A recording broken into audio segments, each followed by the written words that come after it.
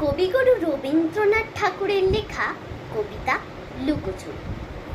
আমি যদি দুষ্টুমি করে চাপার গাছে চাপা হয়ে ফুটি, ভোরের বেলা মাগো ডালের পরে কচি পাতায় করে লুটোপুটি, তবে তুমি আমার কাছে হারো।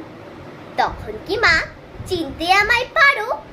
তুমি ডাকো খোকা কোথায় ওরে, আমি শুধু হাসি চুপটি করি।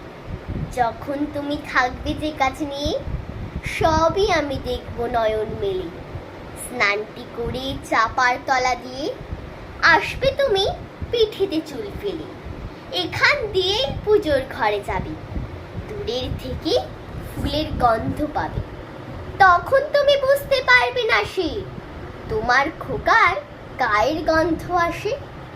দুপুরবেলা মহাভারত হাতে বসবে তুমি সবার খাওয়া হলে, গাছের ছায়া ঘরের জানালাতে পড়বে এসে তোমার পিঠে কোলে।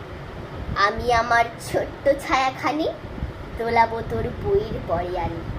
তখন তুমি বুঝতে পারবে না সে তোমার চোখে খোকার ছায়া ভাসে। সন্ধেবেলায় প্রদীপখানি ছেলে যখন তুমি যাবে গোয়াল ঘরে, তখন আমি ফুলের খেলা খেলে টুপ করে মা পড়ব ফুয়ে ঝরে। আবার আমি তোমার খোকা হব, গল্প বলো তোমায় গিয়ে কব। তুমি বলবে দুষ্টু ছেলে কথা, আমি বলবো না সে কথা। নমস্কার।